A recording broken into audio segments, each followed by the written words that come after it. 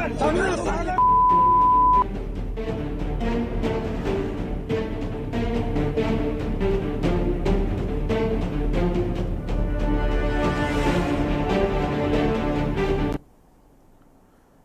स्वागत है आपका के न्यूज़ में। मैं हूं आपके साथ विशाल पंडित। आप देख रहे हैं हमारा खास कार्यक्रम जनहित। और जनहित में आज बात करेंगे यूपी में एक और थप्पड़ कांड। उत्तर प्रदेश के कासगंज जिले में एक चौंकाने वाली घटना सामने आई, जहां नगर पंचायत चेयरमैन चमन ने तहसील पटियाली के एसडीएम कुलदीप सिंह को थप्पड़ मार दिया। घटना का सीसीटीवी फुटेज सोशल मीडिया पर वायरल हो रहा है, जिसमें दोनों के बीच बहस और फिर हाथापाई होते हुए देखा जा सकता है। यह घटना तब घटी जब एसडीएम कुलदीप सिंह अपने टीम के साथ बल्लूपुर रेलवे स्टेशन के पास एएबी ईंट के भट्टे पर जांच करने पहुंचे थे। जांच के दौरान एसडीएम की नज़र पास चल रहे अवैध खनन पर पड़ी, जिससे देखते हुए उन्होंने तुरंत काम रुकवा दिया। तभी नगर पंचायत अध्यक्ष चमन वहां पहुंचे और एसडीएम के साथ बहस करने लगे। स्थिति बिगड़ते हुए चमन ने एसडीएम को थप्पड़ मार दिया। इसके बाद दोनों के बीच गाली गलौज और हाथापाई शुरू हो गई। वायरल वीडियो में नगर पंचायत अध्यक्ष चमन एसडीएम पर 10 लाख रुपए रिश्वत मांगने का आरोप लगा रहा है। दूसरी ओर एक और वीडियो में एसडीएम कुलदीप सिंह चमन पर कार में रुकावट डालने की आरोप लगा रहे हैं। दोनों पक्षों ने एक दूसरे पर अभद्र व्यवहार और भ्रष्टाचार के आरोप लगाए हैं। सूत्रों के मुताबिक एसडीएम और उनके साथ मौजूदा लेखपाल ने इस घटना के लिए लिखित शिकायत स्थानीय पुलिस स्टेशन में दे दी है। यह घटना देर रात लगभग 11 बजे की है, बताया जा रहा है। फिलहाल इस घटना के बाद किसी भी उच्च अधिकारी द्वारा कोई ठोस कार्रवाई नहीं की गई है। कस्बे के चेयरमैन और एसडीएम के साथ हुई हाथापाई को लेकर कस्बा भरगैन में तनाव का माहौल बना हुआ है। एसडीएम अध्यक्ष पर आरोप लगाया कि अभद्रता मेरे साथ की गई है। एम पटियाली कुलदीप सिंह ने बताया कि एक मामले में जांच के लिए गया था। जल निगम की जमीन पर चेयरमैन ने कब्जा करते हुए अवैध रूप से ईंट भट्टा संचालित किया है। जब मैंने उनका जेसीबी पकड़ी तो मेरे साथ अभद्रता की गई। चेयरमैन भरगैन चमन सेठ ने बताया कि एसडीएम पटियाली से एक कार्य के लिए मेरे द्वारा अनुरोध किया गया, एक पट्टा होना था। उन्होंने 8 लाख रुपए रिश्वत मांगी है। खैर, तस्वीरें एक बार आपको फिर से दिखा देते हैं, जिसमें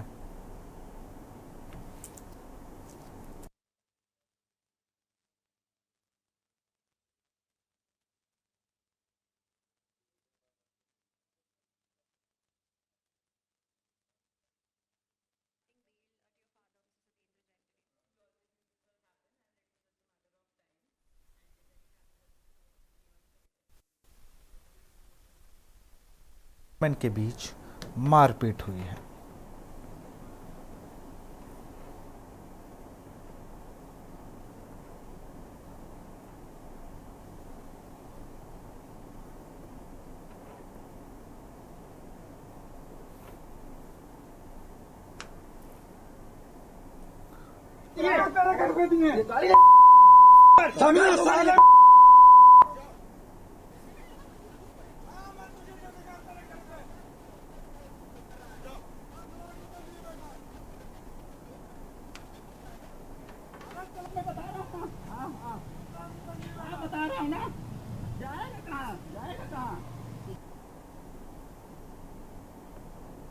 जनपद में एक बड़ा मामला देखने को मिल रहा है। आपको बता दें, बीती देर सायं पटियाली तहसील के एसडीएम कुलदीप क्षेत्र के नगर पंचायत भरगैन में एक ईंट भट्टा पर छापामार कार्रवाई करने पहुंचे। जब वह छापामार कार्रवाई कर रहे थे, उसी समय भरगैन के चेयरमैन जो चमन सेठ मौके पर पहुंच गए और दोनों में विवाद हो गया।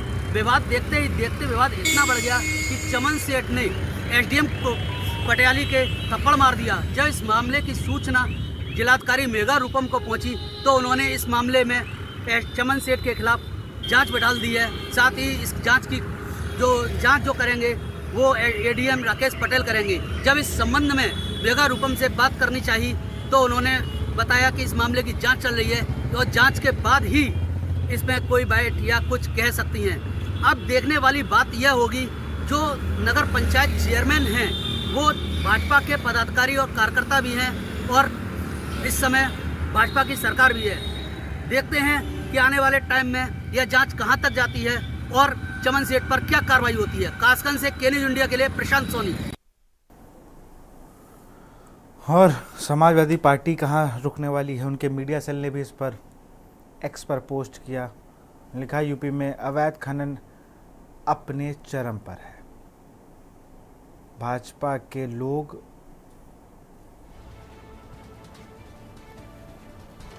अवैध खनन कर रहे हैं, रोकने पर प्रशासन के साथ क्या कर रहे हैं तस्वीरों में है। चलिए इसी पर चर्चा करेंगे। हमारे साथ प्रशांत सोनी हैं, आनंद राय सपा नेता हैं, आलोक त्रिपाठी वरिष्ठ पत्रकार और जयप्रकाश पूर्व आईपीएस हमारे साथ बने हुए हैं। सबसे पहले तो मैं प्रशांत के पास ही चलूँगा। प्रशांत, अगर बात की जाए, पहले तो पूरा मामला बताइए। 10 लाख की घूस का आरोप लगा रहे हैं चेयरमैन साहब, और वही चेयरमैन एसडीएम को मार रहे हैं। घूस है तो उसके लिए कानून है।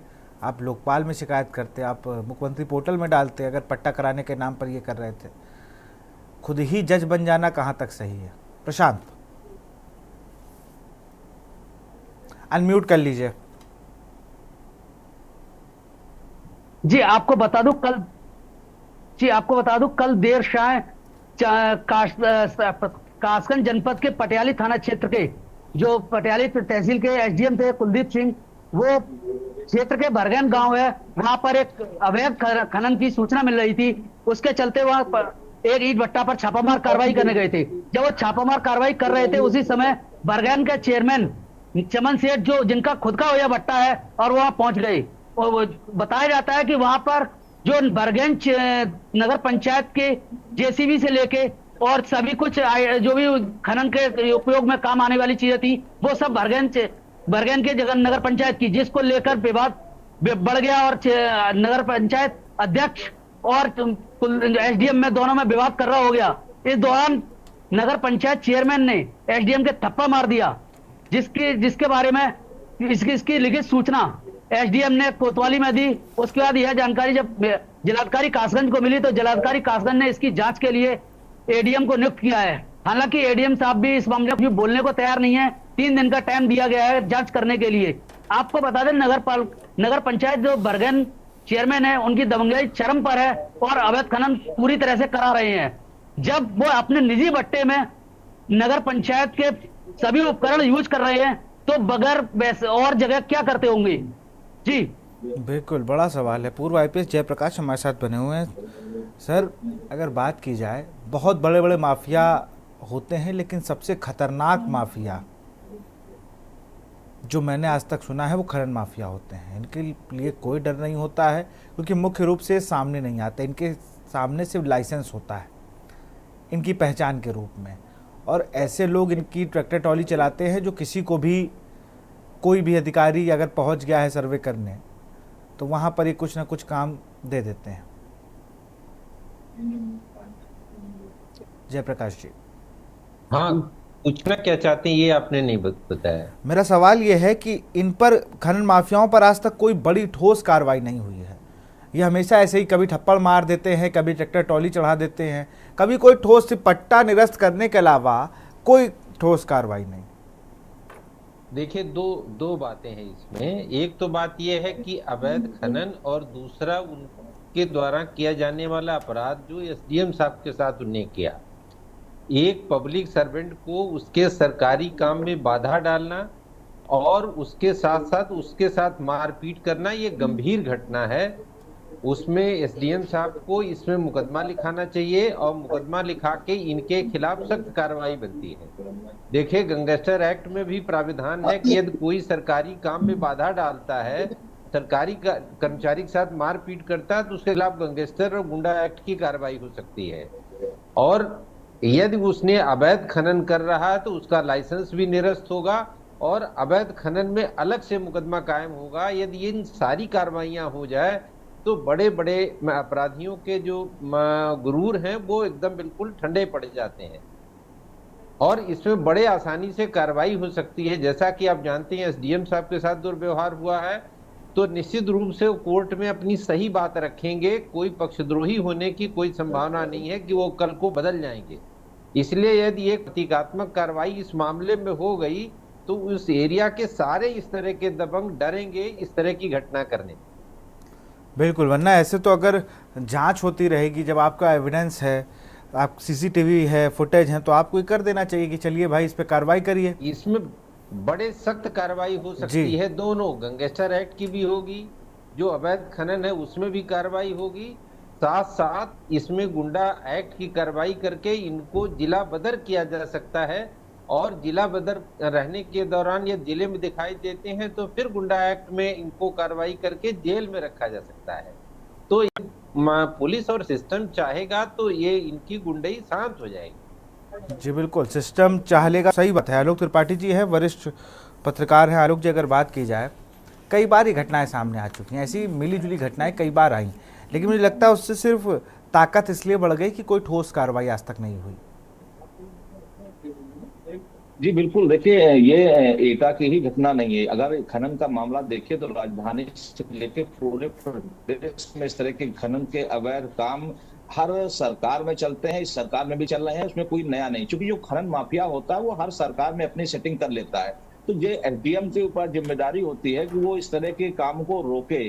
तो और जिस तरह की वहाँ घटना हुई एटा में कि एक सरकारी अधिकारी को कोई मार दे और इस तरह से चीज, ये तो बड़ी घटना है। और अगर इस तरह की घटनाएं होंगी तो मुझे लगता है कि जो और अधिकारी होंगे उस तरह के खनन का जब काम होगा वहां रोकने की चेष्टा कैसे कर पाएंगे। तो ये गंभीर मामला है, और वो जनप्रतिनिधि हैं या खनन माफिया हैं, जो भी हो, एक अधिकारी से आपको एक बात करने का एक तरीका अलग है। आप अगर उनको लगता है कि हाँ आप गलत कर रहे हैं, वो कागज देंगे आपको, आप उसका स्पष्टीकरण दीजिए।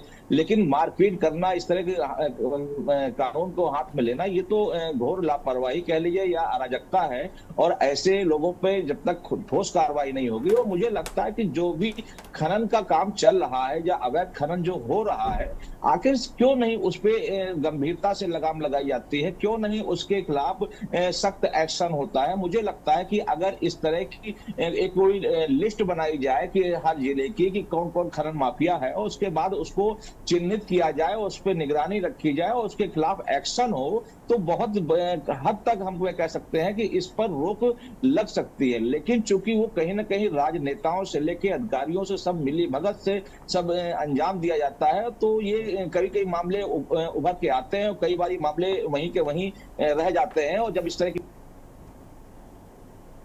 चलिए, डॉक्टर शैलेंद्र दीक्षित भी आ चुके हैं हमारे साथ, भाजपा के नेता हैं। सर, बहुत बहुत स्वागत है आपका के न्यूज़ में।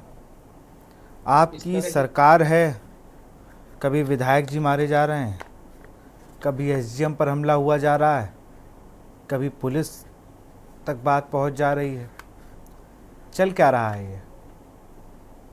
देखिए, भारतीय जनता पार्टी की सरकार में जो मुख्यमंत्री जी उन्होंने स्पष्ट तौर पर कहा है कि उत्तर प्रदेश में कानून का राज ही सर्वोपरि है, और इसके खिलाफ अगर कोई भी जाता है तो उसके खिलाफ सख्त से सख्त कार्रवाई होगी। और हमने पिछले सरकार में और इस सरकार में भी ये तय किया, आज उत्तर प्रदेश में घर घर में सुरक्षा का माहौल लोग महसूस करते हैं, और इसी वजह से महसूस करते हैं कि हम किसी भी इस तरीके की कार्रवाई को पक्ष या विपक्ष के रूप में नहीं देखते हैं, उसको हम गलत रूप से देखते हैं, तो उस पर कार्रवाई करने के अधिकारियों को सीधे सीधे निर्देश दिया जाता है। जो इस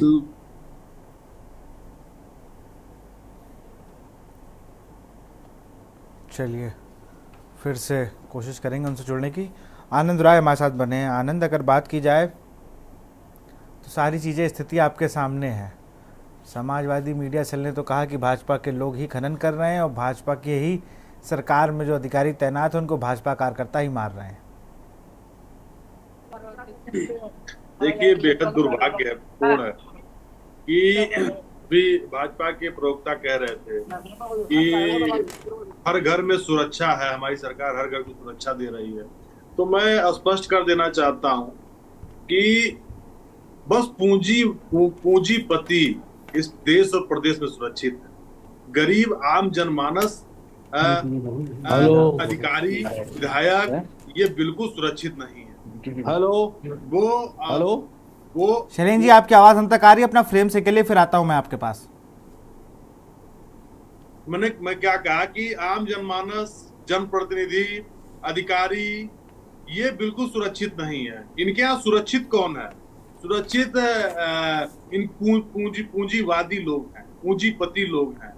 जिनका सरकार अगर बड़े लोग हैं तो उनका कुछ नहीं बिगाड़ पा रही है, छोटे छोटे लोग हैं तो उनका घर गिरा दे रही है, उनको एनकाउंटर कर दे रही है। मैं पूछना चाहता हूँ भारतीय जनता पार्टी की सरकार से कि जब बड़े लोग अपराध करते हैं तो मीडिया में फंस के क्यों रह जाते हैं, उनके ऊपर कार्रवाई क्यों नहीं होती? और जो गरीब, पिछड़ा, दलित, वंचित समाज का लोग है, उनके ऊपर आप कार्रवाई करके क्या जताना चाहते हैं? और कार्रवाई जात देखकर होती है, जात विशेष से होती है, धर्म विशेष से होती है।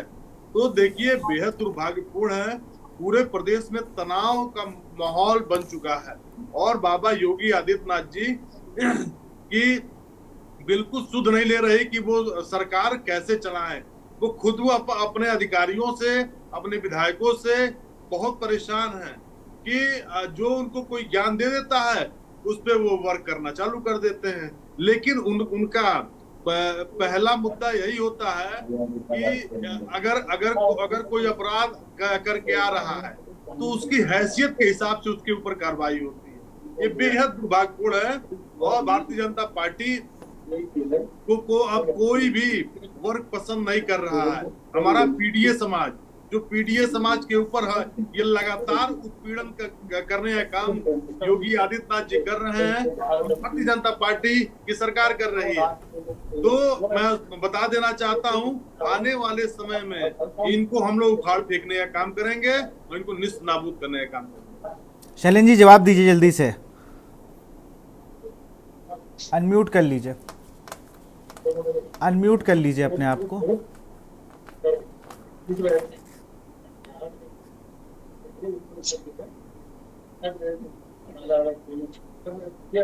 आवाज आई आपको? हाँ आ गई शैलेंद्र जी। देखिए, जो समाजवादी पार्टी के हमारे साथी बोल रहे थे कि पीडीए खतरे में है और जाति धर्म खतरे में है, इनको अपराध के पीछे भी वोट की राजनीति दिखती है।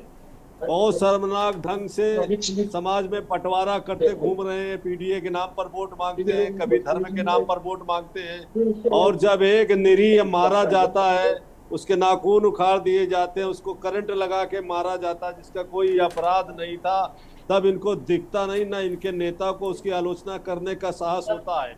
और जब अपराधियों को पुलिस पकड़ती है, भागते हुए अपराधियों को पुलिस से मुठभेड़ होती है, उन्हें गोली लगती है, तब इनको लगता है कि अन्याय हो रहा है।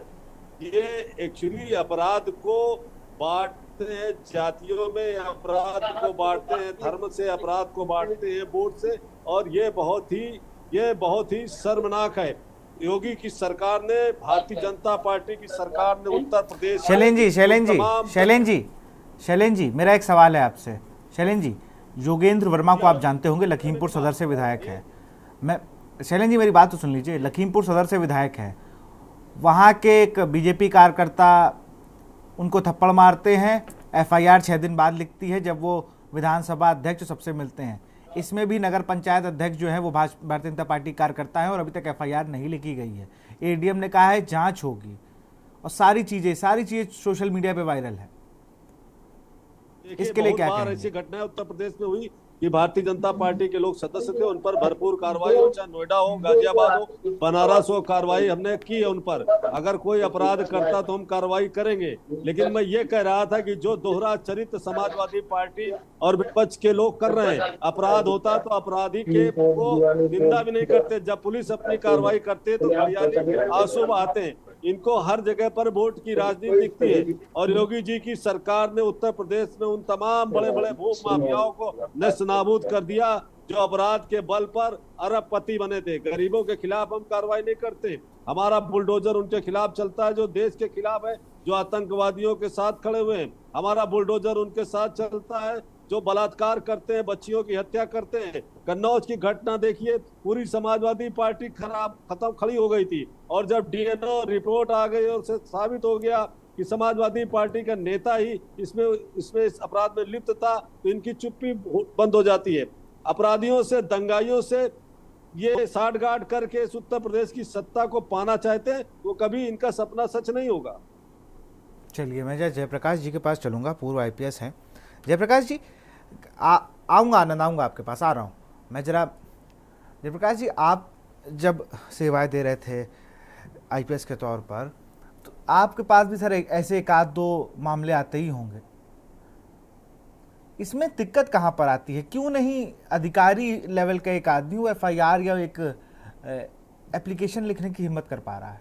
ऐसे कुछ मामले आपके सामने भी आए होंगे कभी? नहीं, इस तरह की कोई मामला नहीं आया था जिसमें अधिकारी हिम्मत नहीं कर पा रहे हों। जब आप देख रहे, शासन का स्पष्ट निर्देश है कि कहीं कोई अपराध होता है तो उसमें 0 टॉलरेंस की नीति रखी जाए। और भारतीय संविधान में और जो हमारी दंड प्रणाली है उसमें किसी की आर्थिक और राजनीतिक स्थिति के आधार पर कोई किसी को अपराध में कार्रवाई करने के लिए कोई छूट प्राप्त नहीं है। चाहे वो गरीब आदमी है, धनी आदमी है, सब लोग बराबर हैं। तो इसमें कोई कहीं रोक नहीं है। अब किन परिस्थितियों में FIR नहीं हुई, कार्रवाई नहीं हुई, वो तो लोकल अफसरों से टिप्पणी ली जा सकती है, वरना इसमें कहीं कोई रोक नहीं है। और न ही मुझे लगता है किस तरह से कहीं शासन स्तर से भी कोई रोक की बात होगी। ये अब लोकल परिस्थितियां हैं, उन अफसरों से जानना होगा आपको कि कार्रवाई क्यों नहीं। यदि ये घटनाएं सही हैं तो निश्चित रूप से कार्रवाई होनी चाहिए। बिल्कुल। आनंद, आपके पास आएंगे, कुछ आप कहना चाह रहे थे? देखिए, केंद्र में भारतीय जनता पार्टी की सरकार है और बिश्नोई नाम का 31 साल का माफिया गुंडा संरक्षण भारतीय जनता पार्टी दे रही है। एक विधायक। अच्छा, कैसे पता है ये बात आपको? अरे इसे क्या कार्रवाई इस हो बात रही है? का कोई प्रूव है आपके पास? बिना सरकार के संरक्षण के किसी के ऊपर जयप्रकाश जी बैठे हैं, पूरा IPS, उनसे पूछिए। अगर अधिकारी चाह ले तो ऐसे माफिया मिट्टी में मिल जाएंगे। लेकिन सरकार का संरक्षण है, अजीत डोभाल का संरक्षण है, अमित शाह का संरक्षण है। वो बताइए, पूर्व विधायक, पूर्व मंत्री की हत्या करवा देता है। ये कितना दुर्भाग्यपूर्ण है। अगर सरकार चाह ले तो गुंडी गुंडा चोर कुछ भी नहीं कर सकते हैं। ये गिन चुन के सांप्रदायिक दंगा भड़काना चाहते हैं, ये धर्म का बंटवारा करना चाहते हैं। ये बस इनके पास रोजगार का, महंगाई का, भ्रष्टाचार का सारे मुद्दे खत्म हो चुके हैं। बस अब एक ही मुद्दा बचा है, हिंदू मुसलमान। वो कैसे हो, ये भारतीय जनता पार्टी की सरकार बहुत बखूबी जान रही है। और मैं बता देना चाहता हूं, ये जनता भी बहुत बखूबी से समझ चुकी है। एक अपराधी 31 साल का लौंडा और एक पूर्व विधायक, पूर्व मंत्री को मार देता है, और Y+ श्रेणी सुरक्षा होने के बावजूद अगर सरकार का संरक्षण नहीं था तो मुझे बताए किसकी चूक थी वहां पे? भारतीय जनता पार्टी की सरकार है वहां पे, और केंद्र में भारतीय जनता पार्टी की सरकार है। ये किसकी चूक है? भाजपा के प्रवक्ता बताए मुझे, बताते हैं योगी जी निस्तनाबूद कर देंगे। जो बड़े लोग हैं, बड़े लोगों के यहाँ नहीं बुलडोजर चलता है, बड़े लोगों के ऊपर एनकाउंटर नहीं होते हैं। ये जो PDA के लोग हैं, जो पिछड़ा, दलित, अल्पसंख्यक, वंचित, उनके ऊपर बुलडोजर चलते हैं, उनके ऊपर आपकी पिस्तौल की गोली चलती है। आप चलाइए, उसको क्यों नहीं मार के खत्म कर देते हैं? आप जेल में मुन्ना बजरंगी को मरवा सकते हैं तो उसको क्यों नहीं मरवा सकते? अरे ये सब आप सीधे जज बन जा रहे हो। कौन मरवा रहा है इन्हें? इनके लिए तो बाकायदा लोगों के नाम आते हैं ना। आप सीधे सरकार को कहेंगे सरकार मरवा रही है। देखिए, हम लोग उत्तर प्रदेश में रहते हैं। मैं भी वहीं रहता हूँ, मैं कहीं विदेश से थोड़ी आया। करती है। कितने फर्जी एनकाउंटर हुए, विशाल भैया आपको बहुत अच्छे से पता है। और सरकार बदलने के बाद इनको जो इनकाउंटर कर रहे हैं, अगर CBI की जांच होती है, गलत दोषी पाए जाते हैं तो इनको आजीवन कारावास होता है। आप जयप्रकाश जी बैठे हैं, कितने पुलिस कर्मियों पे कार्रवाई हुई और आजीवन हो गया, फांसी हो गई। अच्छा, अभी ताजा घटना आपको बता दूं आनंद, आप कह रहे हो ना भाजपा का और सबका भी, मैं आपको एक घटना बता दूं, फिर ब्रेक के बाद उस पर आपसे चर्चा करेंगे। घोसी विधानसभा से सुधाकर सिंह विधायक हैं, उन्होंने भी SDM के साथ धक्का मुक्की की है। वो वीडियो भी आपको दिखाएंगे, लेकिन यहाँ रुकते छोटे से ब्रेक के लिए। ब्रेक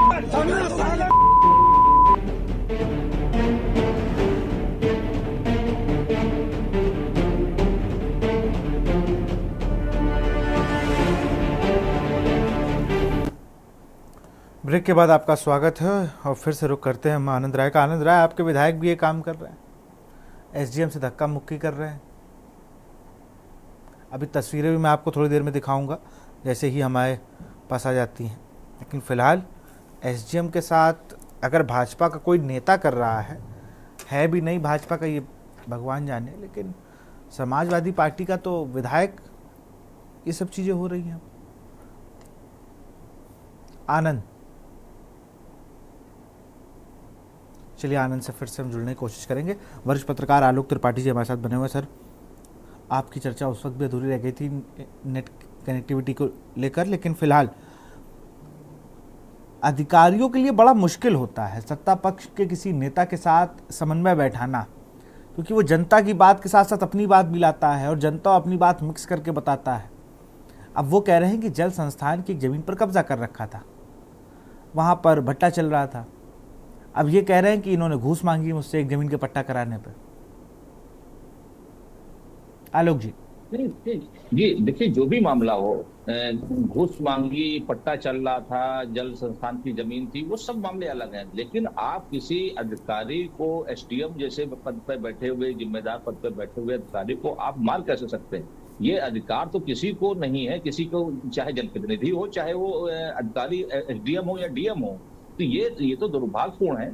दूसरी चीज क्या कि अगर कोई खनन कर रहा है, खनन वैध है या अवैध, अगर उसके पास पट्टा है, उसके पास उसका लाइसेंस है, आप उसका लाइसेंस देखिए। लेकिन अगर वो अवैध रूप से कर रहा है तो ये एसडीएम के पास पावर होती है कि उस अवैध खनन को रोकने की।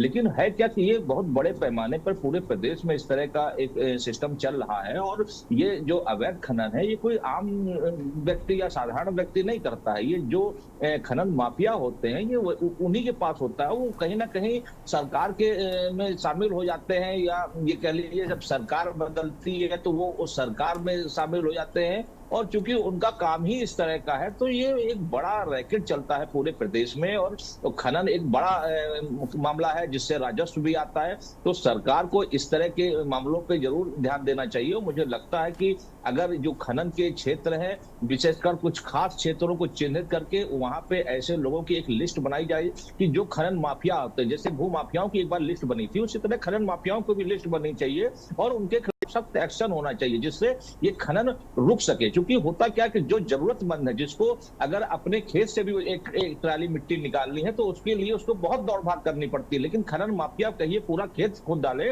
और वो संरक्षण प्राप्त होता है, अधिकारियों का भी संरक्षण प्राप्त होता है। हम ये नहीं कह सकते कि इसमें सिर्फ जनप्रतिनिधि या सरकार या नेता ही है, इसमें अधिकारियों की संलिप्तता होती है। तो कहीं ना कहीं ये सब चीजों में एक बहुत बड़ा काकस होता है, एक पूरा सिस्टम काम करता है। और जो जहां जिस सिस्टम नहीं बैठ पाता है वहीं पे इस तरह की घटनाएं सामने आती हैं, और जहां सिस्टम बैठा होता है वहां घटनाएं सामने नहीं आती हैं। वो बखूबी सब लोग मिल करके उसको अंजाम दे देते हैं। तो इस तरह की घटनाएं की पुनरावृत्ति ना हो, इसलिए सरकार को चाहिए कि पूरे प्रदेश में हर जिले में इस तरह की एक लिस्ट बनवाए, जो खनन माफिया है उनका नाम चिन्हित करे, जिसमें कि और उनके खिलाफ एक्शन लें, जिसमें कि पुनः इस तरह की घटनाएं, इस तरह की बदनामी, क्योंकि कहीं ना कहीं जब उस एसडीएम के साथ इस तरह की बदसलूकी की गई, अब उसके बाद वहां पे वो किस उससे काम करेगा, या वो जनप्रतिनिधि ने जो बदतमीजी की उसका हौसला बढ़ा होगा। तो ये बड़ा सवाल खड़ा होता है। और अधिकारियों के सामने भी समस्या आती है कि वो किस तरह से काम करे, जनता के साथ किस तरह से व्यवहार करे, या जनप्रतिनिधियों के साथ किस तरह से पेश आए। क्योंकि जनप्रतिनिधि कहीं ना कहीं कह लीजिए वो जनता के प्रतिनिधि जरूर होते हैं, लेकिन जो उनका काम है, अगर कुछ को हम छोड़ दें तो कुछ तो सिर्फ इसीलिए जनप्रतिनिधि बने हुए हैं क्योंकि उनका काम कुछ और है। तो उनको जनप्रतिनिधि कह करके हम उनको सम्मान जरूर देते हैं, लेकिन जो उनका काम है वो काम सम्मान के लायक नहीं है। जो घटना हुई वो घटना दुर्भाग्यपूर्ण है। इस तरह की घटना ना हो, इसके लिए सरकार को जरूर एक्शन लेना चाहिए। चलिए, आनंद राय आ गए हूँ। आनंद, वो मऊ की तस्वीरें भी आ गई, जरा एक बार वो देख लें, फिर मैं आपके पास आता हूँ। ये देखिए,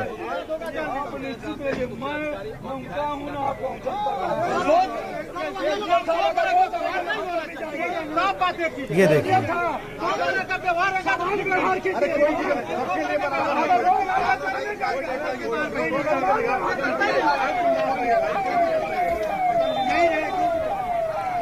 चले गए एसडीएम साहब। आनंद जी, अब इसको देखिए, तस्वीरें हैं। अगर वहाँ आप लखीमपुर कासगंज की बात करेंगे तो मऊ की तस्वीर का भी जिक्र होगा। स्क्रीन पे शो नहीं हो रहा। चलिए मैं भेज दे रहा हूँ चलिए, आपको, आप कह रहे हैं मैं तो भेज दे रहा हूँ आपको, ठीक, मैं भेज दे रहा हूँ। मैं कह रहा हूँ टीम से वो आपको वीडियो भेजा है। लेकिन एसडीएम को टारगेट करना बहुत आसान होता है क्या आप लोगों के लिए, किसी भी राजनीतिक दल के लिए? जैसे विधायक भी टारगेट हो रहे हैं और अधिकारी भी टारगेट हो रहे हैं। इस सरकार में बेहद दुर्भाग्यपूर्ण है कि हम तो अवधेश सिंह का शुक्रगुजार करना चाहते हैं।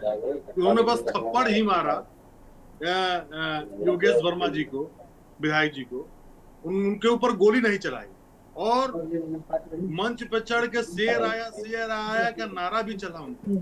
तो ये इस प्रदेश की सरकार को इससे कोई फर्क नहीं पड़ रहा है कि कोई विधायक मारा जा रहा है, कि कोई एसडीएम मारा जा रहा है, कोई थप्पड़ चला दे रहा है, कोई बम चला दे रहा है। तो ये सुरक्षा की बात तो करते हैं, लेकिन सुरक्षा भारतीय जनता पार्टी की सरकार कर नहीं पा रही है। ये दावा बहुत बड़ी कागजों पे काम बहुत अच्छा करते हैं ये भारतीय जनता पार्टी के लोग। कागज पढ़ के सुनाएंगे क्या, आप जान लीजिए कि आपको लगेगा इनसे अच्छा कुछ नहीं, लेकिन ये बस कागज की बात रहती है। कागज से शुरू होती है और कागज में खत्म हो जाती है। लेकिन भारतीय जनता पार्टी को इस पे संज्ञान लेना चाहिए। जनप्रतिनिधि अगर मारा पीटा जा रहा है उस पे भी संज्ञान लेना चाहिए। अधिकारी के ऊपर कोई इस तरह के कार्य कर रहा है तो उसके ऊपर बुलडोजर चलाने के, क्योंकि देख गस्टेड अफसर है, वो गस्टेड अफसर है और उसके ऊपर आज चला देंगे, गोली चला देंगे, बेहद दुर्भाग्यपूर्ण है। चलिए मैं शैलेंद्र जी के पास चलूंगा। शैलेंद्र जी तो बहुत आरोप लगा दिया आनंद राय ने जो समाजवादी पार्टी के हमारे साथी जो आरोप लगा रहे हैं, ये अपने जो इनके सरकार के समय जो समाजवादी पार्टी का चरित्र था उसे दोहरा रहे, उसको बता रहे। कितने विधायकों की हत्या इनकी समाजवादी पार्टी की सरकार के समय पे हुई और आज ये पीडीए की बात कह रहे हैं। अगर कोई डकैत किसी की हत्या कराता और उसके इलाहाबाद में आपके समय पे हत्या हुई, उसकी इलाहाबाद में हत्या हुई जिसमें अभी जमींदोज किए गए आपके अतीक और वो सब जो लोगों के रजिस्ट्री कराने के लिए अंगूठे कटवा लेते थे, आपके नेता थे बड़े बड़े, उनके साथ उनके कुत्ता जो है, उनका कुत्ता आपके मुख्यमंत्री के साथ सोफे पे बैठता था, उनकी मैं बात कर रहा हूँ। आपकी समाजवादी पार्टी की सरकार जब आती तो नारा दिया जाता है जिसकी गाड़ी पे समाजवादी पार्टी का झंडा, वो गुंडा। आप जो अपहरण का उद्योग चलाते हैं, आप अधिकारियों को सफाई में नाच कराने के लिए कहते हैं। मैंने आपकी बात आनंद उनकी बात पूरी होने दीजिए, आनंद उनकी बात पूरी होने दीजिए। अपनी बात कहिएगा। जो आप झूठा आरोप लगाएंगे तो चलिए आप काउंटर करिएगा ना उसको, लेकिन उनको बोल तो लेने दीजिए भाई, तब पूरा समय देता हूं मैं सबको डिबेट पे। आप लॉरेंस बिश्नोई पर बोल रहे हैं, आपको मालूम है कि कनाडा की भाषा बोल रहे हैं, आपके नेता पाकिस्तान की भाषा बोलते हैं।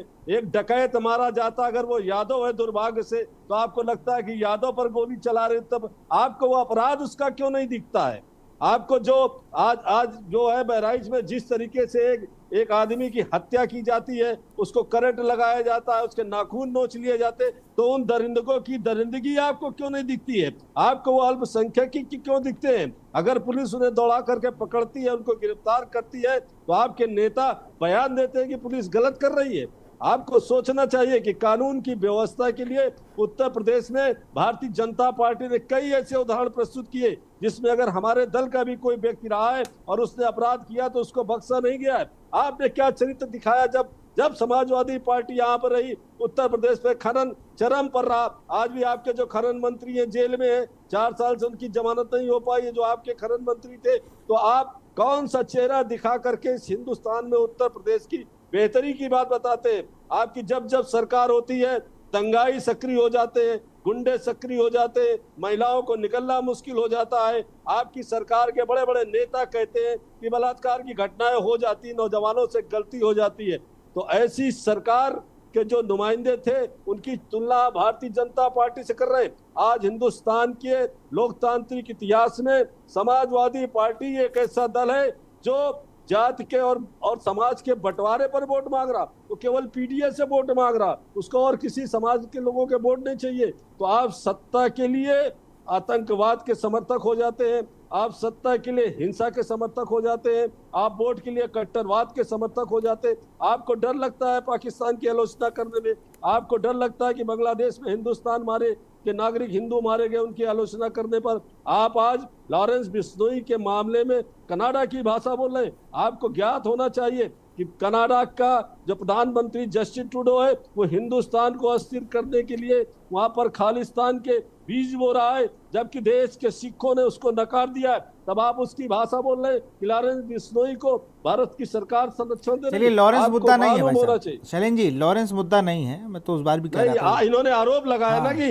अमित शाह जी सरकार उसको संरक्षण दे रही। अभी कल उनका एक बहुत बड़ा पकड़ा गया है जो उनका आतंकवादी था, शूटर था। तो आपको मालूम होना चाहिए अब आरोप लगाने से पहले कि कौन से कार्यों से इस देश का, प्रदेश का नुकसान हो रहा। सत्ता बहुत जरूरी चीज नहीं है। अगर हम दंगाइयों के समर्थन में खड़े होंगे, हम कट्टरपंथियों के समर्थन में खड़े होंगे, हम लोगों के सर कलम कर देने वाले बयानों के साथ खड़े होंगे, तो निश्चित तौर पर हम देश के लोकतंत्र को नुकसान पहुंचा रहे हैं, गांधी के इस देश को नुकसान पहुंचा रहे हैं, और हम अपने निजी स्वार्थ के लिए इन ताकतों को एकजुट होना चाहते हैं। हिम्मत करिए, साहस करिए कि जो अपराध कर रहा है उसको कानून व्यवस्था से काम करने दीजिए, पुलिस को काम करने दीजिए। जब सीबीआई छापे मारती है, पकड़ती है, ईडी छापा मारती है, तो आप कहते हैं कि सरकारी एजेंसी है, ये तो तोता हो गई है। तो आपको सोचना चाहिए। ये क्या कहते हैं, सुप्रीम कोर्ट भी कहती है शैलेंद्र जी, वो तो सुप्रीम कोर्ट भी कहती है कि तोता हो गई है। चलिए मैं रुक करूंगा प्रशांत का। प्रशांत, अगर बात की जाए तो क्या अधिकारियों क्या कुछ कहना था इस पे? एडीएम ने तो कह दिया 3 दिन जांच होगी, लेकिन जब ये पूरा घटनाक्रम रात का या दिन का जब का भी है, उसके बाद से इतने फुटेज वायरल हो चुके हैं, उसके बाद भी कोई तहरीर दी गई दोनों पक्षों में से किसी एक की तरफ से? जी विशाल, आपको बता दूं दोनों पक्षों से तहरीर दी गई है। एसडीएम ने अपनी तहरीर कोतवाली में दे दी है, वहीं जो चमन सेठ है नगर पंचायत अध्यक्ष, उसने भी अपनी तहरीर दे दी है। आपको विशाल एक बात और बता दूं कि ये चमन सेठ जो नगर पंचायत अध्यक्ष है, नगर पालिका चुनाव से पहले ही ये सपा में था और नगर पालिका चुनाव से पहले ही ये भाजपा में आया है, और अभी जब से भाजपा में आया तब से इसकी गुंडाई बिल्कुल चरम पर पहुंच गई है, और ये भट्टा भी चला रहा है। ये भट्टा भी अवैध है, ये भट्टा, इसका कोई लाइसेंस नहीं बना हुआ है। जी विशाल। शैलेंद्र जी, अब आप रास्ते में से किसी को भी पकड़ के ज्वाइन करवाएगी आपकी पार्टी। अब देखिए, खुद ही कह रहे हैं जीरो टॉलरेंस पर भारतीय जनता पार्टी प्रदेश में सरकार चला रही है। हमने स्पष्ट तौर पर, हमारे मुख्यमंत्री जी ने, हमारे संगठन में स्पष्ट तौर पर कहा गया है कि अब भारतीय जनता पार्टी कोई आवरण नहीं कि उसको पहन करके आप अपने अपराध छिपा सकते। ये समाजवादी पार्टी का चरित्र रहा होगा। हमने उत्तर प्रदेश में बहुत से ऐसे उदाहरण प्रस्तुत किए कि वो हमारे दल में थे, लेकिन अगर उन्होंने अपराध किया तो उनको उसकी सजा मिली, वो जेलों में गए, उनको जो है उनके साथ सख्त कार्रवाई की गई।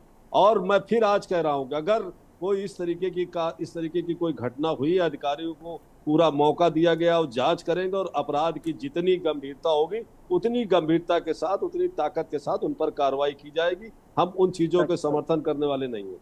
चलिए, पूरा एवज जयप्रकाश जी का रुख करूंगा। सर, तहरीर दे दी गई है दोनों ही तरफ से, लेकिन मोटिव यही है कि लगातार मुझे लगता है कि अपने समर्थकों के बहुत ज़्यादा उत्साहवर्धन करने की वजह से अधिकारियों के खिलाफ बड़ा एग्रेसिव हो जाते हैं नेता। कई बार ऐसा देखने को मिलता है। नहीं, देखिए, ये मामला चूंकि सीनियर अधिकारियों से जुड़ा हुआ है, निश्चित रूप से इसमें मुकदमा लिखाना है या नहीं लिखाना है, ये डिसीजन डीएम साहब और एडीएम साहब को लेना है। जैसा कि आपने खुद ही बताया कि एडीएम साहब जांच कर रहे हैं, तो निश्चित रूप से तहरीर जो दी गई होगी, थाने को भी संकेत मिला होगा कि जांच कर लेने दीजिए, तब फिर मुकदमा लिखा जाए, तो जांच हो जाएगी। ये बात सही है, कोई चीज ऑन रिकॉर्ड है तो उसको कोई एसडीएम साहब या एडीएम साहब कोई झुठला नहीं सकते। और यदि इस तरह की कोई घटना हुई है तो निश्चित रूप से डीएम साहब इस पे कार्रवाई करेंगे, इसमें मुझे नहीं लगता कि कोई दो राय बनती है। और मार खाने के बाद कोई एसडीएम उस एरिया में कैसे काम कर पाएगा, आप खुद ही इस चीज को समझ सकते हैं। तो कार्रवाई होगी, ऐसा नहीं है कि उसको इस चीज को दबा दिया जाए। बिल्कुल सर, क्या कार्रवाई के प्रावधान है? क्या सरकारी किसी कर्मचारी या किसी भी अधिकारी के साथ कोई अभद्र व्यवहार करता है? देखिए, पहला तो ये कि जो हमारा वो कानून है, दंड कानून है, उसमें स्पष्ट प्रोविजन है कि यदि कोई सरकारी कर्मचारी अपना सरकारी पद का दायित्व का निर्वहन कर रहा है तो उस दायित्व के निर्वहन में जो उसके साथ रोकता भी है उस निर्वहन में, उसके खिलाफ भी कार्रवाई हो सकती है। यहाँ तो बात मिसहैंडलिंग की, मारपीट की है, तो वो मुकदमा लिखा जाएगा। जो पुरानी आईपीसी थी उसमें इसमें 353 का मामला बनता था। अब नई आईपीसी में वो धारा आगे पीछे कोई न कोई लगाई गई है, तो वो उसके तहत कार्रवाई बनती है। इसके अलावा यदि अवैध खनन हो रहा था, अवैध खनन रोकने एसडीएम साहब गए हैं, तो अवैध खनन में भी कार्रवाई होगी। तो दो मुकदमे तो सीधे तौर पर बनते हैं। चलिए सर, मैं रोकूंगा आपको। हमारे साथ नगर पंचायत अध्यक्ष चमन सेठ जुड़ चुके हैं। चमन जी, आपका वीडियो वायरल हो रहा है और आपने एक एसडीएम के थप्पड़ मार दिया है। मैंने नहीं मारा, उसने मेरे मारा है। अरे, तस्वीरों में तो कुछ और ही दिख रहा है। नहीं, बिल्कुल नहीं, उन्होंने मारा है भाई, मैंने थोड़ी मारा है। मैं तो अधिकारी पे हाथ उठा ही नहीं सकता हूँ कभी। नहीं, लेकिन तस्वीर तो दिखा रही कि आप ही सब कुछ कहते जा रहे हैं और मार रहे हैं उन्हें, और आप आरोप उन पे लगा रहे हैं। नहीं, उन्होंने पेमेंट लिया है और पेमेंट मांगा वापस, तो जीसीबी भट्टे पे खड़ी थी तो उन्होंने पकड़ी और उसके लिए खिंचाए गए। एक उन्होंने एसी ली, 85,000 रुपए आवास पे काम कराने के लिए 50,000 रुपए एक लिए उन्होंने। चमन जी, उनका कहना है कि आप जलकल की जमीन पर अवैध भट्टा संचालित कर रहे हैं। नहीं, मेरी खुद की मारूसी जमीन है, आप फर्ज देख लीजिए जी। हाँ, मेरी खुद की मालकी की जमीन है भैया। नहीं तो बात बिगड़ी कहाँ से? जब आप लोग में इतना, अगर जैसा आप लेन देन बता रहे हैं, इतनी बातचीत थी, तब तो आपसे बड़े अच्छे संबंध होंगे उनके। और आप वीडियो जो दिख रहा है उसमें तो बहुत ही अलग है, और जो भाषाएं आप लोगों ने एक दूसरे को कही है वो तो और ही अच्छी। उन्होंने जब उन्होंने काम नहीं किया, जब उन्होंने 4 लाख पेमेंट वापस मांगा, इसलिए वो खिंचाए गए हमसे। नहीं, बात हाथापाई तक कैसे आ गई? हाथापाई उन्होंने चला दिया मेरे ऊपर। अरे, तस्वीर तुम्हें तो आप दिख रहे हैं। आप नहीं, मैंने चलाया नहीं, मैं दिखूंगा कैसे जब मैंने चलाया ही नहीं उनके ऊपर। अच्छा, मतलब आप तस्वीरों में है ही नहीं? नहीं, तस्वीर में होऊंगा लेकिन मैंने हाथ चलाया ही नहीं उनके ऊपर। सब टीवी पे दिख रहा है कि आप कैसे गुस्से में गार्ड को धक्का भी दिया आपने। नहीं, गार्ड कुछ आपको नहीं, लेके भी गया है। हाँ? गार्ड आपको लेके भी जा रहा है वापस, पे अपनी बाइक पे बैठ के आप जा भी रहे हैं। हाँ, तो मुझे रोक रहे थे कि अपने बाप से पैदा हो तो खड़े रहा, जा क्या रहा है। मैंने कि मैं आपको एफआईआर करने जा रहा हूँ, आपने पैसा वापस नहीं दे रहे हैं जी। तो एफआईआर करा दिया आपने? ना, मैं डीएम साहब के यहाँ जाके शिकायत करी। तो कोतवाली में तहरीर दे के आए कि नहीं? नहीं, कोतवाली में नहीं दी थी जी, डीएम साहब को जाके शिकायत करी थी। अच्छा, उनको लिख के दिया है। चलिए, बहुत बहुत शुक्रिया। अब प्रशांत सोनी के पास चलेंगे। प्रशांत, ये तो बिल्कुल अलग ही मामला बता दिया इन्होंने, चमन सेठ ने। उन्होंने कहा कि भाई हम पैसा मांगने गए थे वहां। प्रशांत जी, बिल्कुल आपको बता दूं कि चमन सेठ यही आरोप लगा रहे हैं कि क्या कहते हैं, मेरा पैसा इन्होंने मुझसे पैसा मांगा और कुछ पैसा ड्यू था वो मांग रहे हैं। लेकिन आपको बताओ, तस्वीरें भी दिख रही हैं कि किस तरह से चमन सेठ एसडीएम पर हाथापाई कर रहे हैं। इससे पहले भी जिस तस्वीर में नहीं दिख रहा था, वो तस्वीर से पहले भी इन्होंने हाथ मार दिया था एसडीएम में। ये तस्वीर में नहीं आया है। आपको धक्का मुक्की करते हुए चमन सेठ दिख रहे हैं। लेकिन चमन सेठ, क्योंकि चमन सेठ पर आपको बता दूं, कासगंज के पूर्व सांसद राजवीर सिंह राजू भैया, जो पूर्व मुख्यमंत्री कल्याण सिंह के पुत्र हैं, उनका हाथ रहा है, इसीलिए चमन सेठ पूरी दबंगाई पर हैं। जी चलिए आनंद राय के पास चलूंगा, फिर शैलेंद्र दीक्षित जी के पास। आनंद राय, ये तो आप ही के जब परतें खोली गई तो आप ही के पार्टी के आदमी निकले, अब तो भाजपा में शामिल हो गए अभी चुनाव से पहले। उससे पहले तो आप ही ने संस्कार, आप ही के पार्टी के संस्कार लेके चल रहे होंगे। ये देखिए हमारी जब पार्टी में रहे होंगे समन सेठ जी, तो हमारी पार्टी के संस्कार गरीब पिछड़ों दलितों की मदद करना सिखाया जाता है। इनकी पार्टी में गुंडाई करना सिखाया जाता है कि आप अधिकारी को मार दो, आप किसी दलित पिछड़े वंचित को मार दो, हम देख लेंगे। तो चमन सेठ बड़े आदमी हैं, वो जानते हैं मेरा कुछ नहीं होगा। और मैं सरकार से अनुरोध करना चाहता हूं कि उनके ऊपर सख्त मुकदमा लिखकर जेल भेजने का काम करें। अगर गस्टेड अफसर तो अपने आप को सुरक्षित नहीं महसूस कर रहा है, तो हमारी प्रदेश की जनता, आम जनमानस कैसे अपने आप को सुरक्षित समझेगा? देखिए, कार्रवाई होगी तो लोग डरेंगे, लेकिन हम सरकार से निवेदन करना चाहते हैं कि जैसे छोटे लोगों पे आप कार्रवाई करते हैं, तो हम पूंजीपतियों पे भी कार्रवाई करिए, तब जाके सिस्टम दुरुस्त होगा। और कार्रवाई आप बस धर्म को देख के, जाति को देख कर करते हैं, ये बेहद दुर्भाग्यपूर्ण है। ये प्रदेश हमारा उत्तर प्रदेश मतलब उत्तम प्रदेश हमारा हुआ करता था। यहाँ के लोग हंसी खुशी हर त्योहार आपस में मेल जोल बढ़ के, अब बताइए क्या संस्कार सिखाए इन लोगों ने? भारतीय जनता पार्टी राम गोपाल मिश्रा जी बहराइच के, वो जाके किसी के घर पे, अगर हमारे घर पे कोई भगवा झंडा हटाकर हरा झंडा लगाता तो हम क्या करते? अपने आप से भारतीय जनता पार्टी के प्रवक्ता बताएं तो बताइए। यही संस्कार सिखाया जाता है कि आप देखिए, उपद्रव करिए, आप दंगा फैलाइए, तभी हमारी सरकार सत्ता में आएगी।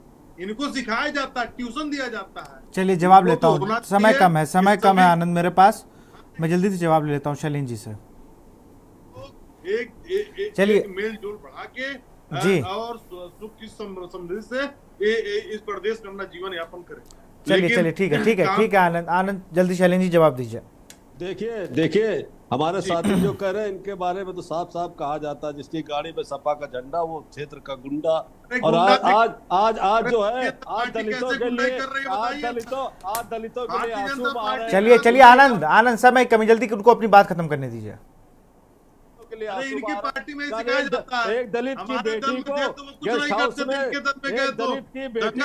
गेस्ट हाउस में सिलेंडर में बांध दिया था मायावती जी को। ये इनके यहाँ का चरित्र रहा है। सरकार आती तो गांव लाठी चलती है दलितों की बस्ती पर। आज ये घड़ियाली आंसू बहा रहे हैं वोट के लिए। दलितों के ठेकेदार और बहुत पहरेदार बन रहे हैं। हमको धर्म की सीख दे रहे, हमें जात की सीख दे रहे हैं। और खुद पीडीए से वोट, खुद पीडीए पर वोट मांग रहे हैं, खुद पाकिस्तान के नाम पर वोट मांगते हैं, कहीं आतंकवादियों के वोट पर मांगते हैं। इनके बड़े बड़े नेता जेल में है, कुछ जमीन अतीक जैसे नेता, और जैसे रामपुर के एक नेताजी जब सत्ता हमारे साथ पीडीए रहे। आनंद उनकी बात पूरी हो जाने दीजिए ना, बिल्कुल आखिरी समय है डिबेट का।